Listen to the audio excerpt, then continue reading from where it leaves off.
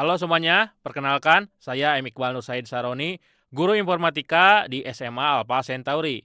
Di video kali ini kita akan belajar salah satu konsep penting dalam pemrograman, yaitu percabangan atau dalam bahasa Inggris disebut conditional statement. Percabangan ini adalah dasar dari bagaimana sebuah program bisa mengambil keputusan. Contoh, kalau nilai siswa di atas 75, maka dinyatakan lulus.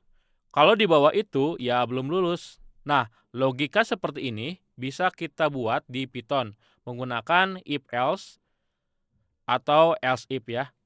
Jadi lewat video ini kita bakal lihat bagaimana cara percabangan dan bagaimana kita bisa menulis program yang bisa berpikir sendiri sesuai kondisi yang kita tentukan.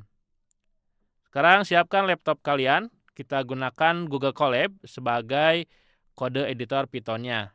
Mari kita mulai. Oke, sudah dibuka? Oke. Sebelum kita mulai masuk ke Colab atau ngoding. Oke, udah dibuka ya? Oke, sebelum kita mulai menggunakan Google Colab, kita bahas sedikit tentang percabangan ini. Jadi ini adalah salah satu struktur dalam algoritma. Kalau biasanya algoritma itu dari yang biasa kita buat. Jadi ini merupakan struktur dari sebuah algoritma. Ini merupakan salah satu selection ya.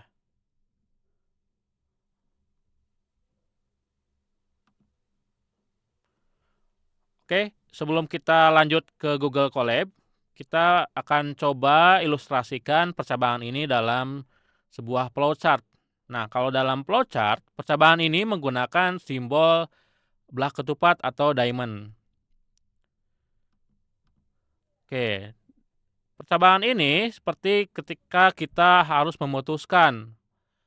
Bayangkan ini seperti memilih jalan di persimpangan. Ketika sampai di persimpangan, kita harus membuat keputusan. Apakah kita berbelok ke kanan atau ke kiri? Jika cuaca cerah, kita mungkin memilih untuk berjalan ke taman. Tetapi jika mendung, kita mungkin memilih untuk pulang ke rumah. Nah, si percabangan ini atau pemilihan ini merupakan dasar dalam pembuatan AI atau kecerdasan buatan. Dalam percabangan ini, kita perlu memahami operator perbandingan. Di sini ada berbagai operator perbandingan. Dari sama dengan, tidak sama dengan, lebih besar dari, lebih kecil dari, atau lebih besar dari sama dengan, lebih kecil dari sama dengan. Oke, di sini operatornya seperti ini penggunaannya ya. Jadi kalau sama dengan, itu artinya kita membandingkan operan kiri dengan operan kanan atau operan 1 dan operan 2. Di sini X dan Y dibandingkan apakah nilainya itu sama atau tidak. Contohnya dalam latihan ini ada sebuah permintaan untuk dibuatkan sebuah program di mana user menginputkan sebuah nilai, lalu program akan mengecek dengan kondisi seperti berikut. If nilai kurang dari 75, maka tidak lulus. Selain itu, lulus gitu ya. Jadi kalau nilainya itu lebih besar, 75 ke atas, itu dinyatakan lulus. Nah, kalau dalam flowchart-nya seperti ini. Misalkan saya menginput nilai 75. Maka outputnya apa? Anda lulus ya. Dan jika salah, nah jika kondisinya di sini bernilai benar atau true, maka outputnya Anda lulus. Nah, jika false, maaf Anda belum lulus. Oke, sekarang kita coba di Google Colab. Bagaimana sintaknya ya. Oke, pertama kan kita harus memberikan inputan ya. Jadi nanti programnya akan menerima inputan gitu. Kita beri variabel nilai, kemudian kita gunakan integer sebagai inputannya. Jadi nanti inputan kita akan dikonversi ke tipe data integer. Oke, perintahnya apa? Misalkan masukkan nilai Anda. Oke, seperti ini. Kemudian kita gunakan sintak if. Sintaknya begini ya kalau percabangan, if nilai misalkan lebih besar sama dengan 75. Jadi di sini lebih besar atau sama dengan 75, maka nah di sini kita pakai titik 2 dan jangan lupa ada indentasi ya di sini. Jadi ada spasi minimal 1 gitu ya. Soalnya kalau tidak ada indentasi akan error programnya. Di sini kita coba contohkan menggunakan output, misalkan Anda lulus. Oke, kita coba, kita tunggu. Kita masukkan nilai, misalkan saya nilainya itu 80, Anda lulus. Bagaimana kalau di bawah 75, 74? Nah, di sini tidak ada outputnya. Jadi kita harus membuat satu kondisi di mana jika if ini tidak terpenuhi atau tidak bernilai true ya. Coba kita pakai else. Caranya begini, else titik 2. Duanya print, misalkan kalimatnya seperti apa ya? Anda belum lulus, misalkan seperti ini. Nah, ingat ini ada indentasi ya. Kita perlu indentasi agar ini aksi ini berdasarkan kondisi ini. Jadi kalau if ini bernilai benar, maka yang akan dijalankan adalah print ini. Gak harus selalu print ya. Ini contoh saja. Oke, kita coba masukkan lagi nilai 74, maka Anda belum lulus.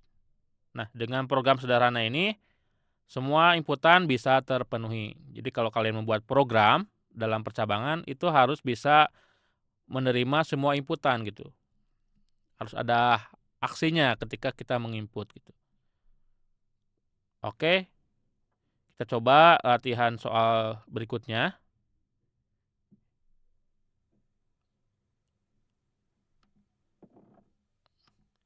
Kita lihat di sini ada latihan 2. Buatlah program di mana user menginputkan usia. Lalu, program akan mengecek apakah bisa memiliki SIM untuk mengendarai motor atau tidak. Jadi di sini jika usianya lebih besar atau sama dengan 17, then atau maka boleh memiliki SIM. Jadi minimal usianya 17. 17 ke atas boleh memiliki SIM ya. Di bawah 17 belum bisa memiliki SIM. Seperti apa programnya? Mari kita coba ya. Kita coba di Google Colab.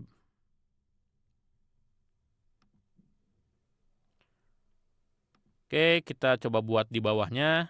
Nah, kalau Google Colab, kita tinggal klik ini ataupun klik ini. Jadi cari aja plus teks atau plus soal bukan teks ya. Plus kode harusnya. Nah, jadi kalau ingin menambahkan kode baru, kita bisa tambahkan plus code. Oke. Di sini kita buat inputan dulu. Inputannya adalah usia.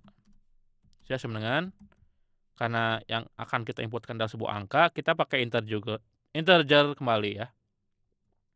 Input.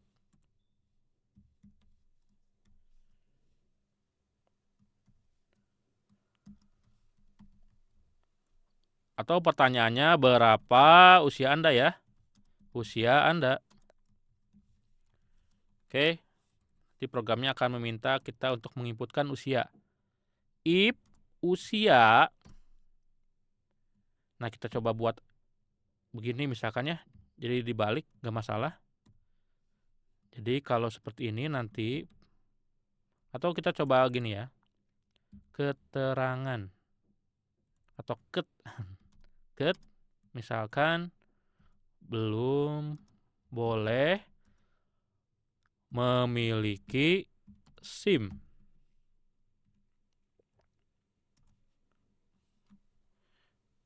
Misalkan usia saya 32 tahun.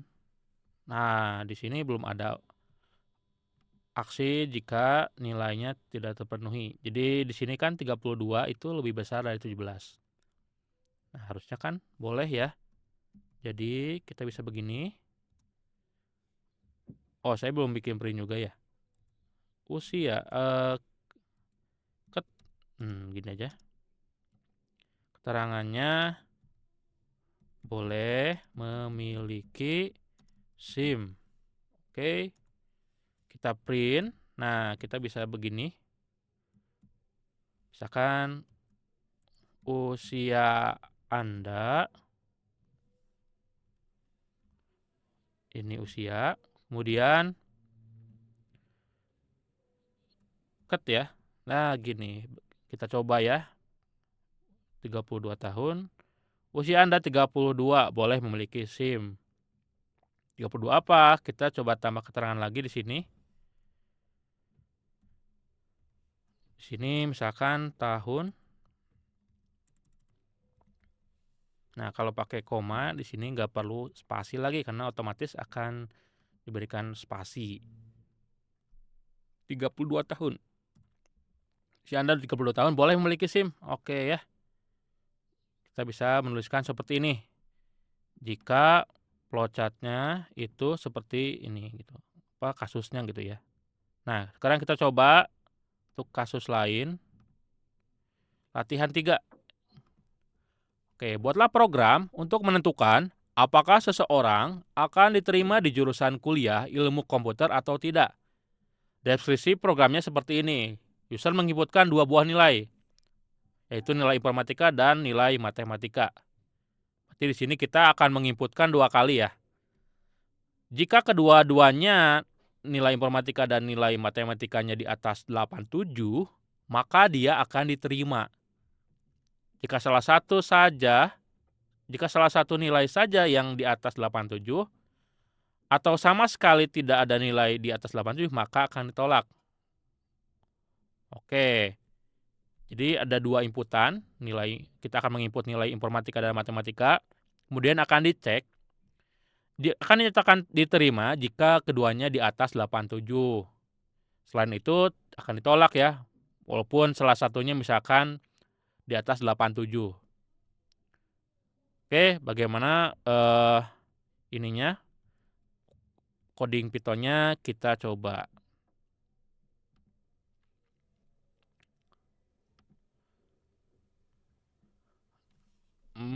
Nilai, misalkan nilai informatika, variabelnya ya. Kita pakai integer boleh. Input. Kemudian akan ditanyakan berapa nilai informatika Anda. Ini kita duplikat aja. Tinggal ganti aja ininya. Misalkan matematika. Ini matematika. Oke. Kemudian dicek nilai informatika. Nah, kita ini dulu ya, 87. N nilai matematika di atas atau lebih dari 87. Maka misalkan keterangannya apa nih? Diterima misalkan. Else keterangan misalkan ditolak. Oke, printnya seperti apa? Print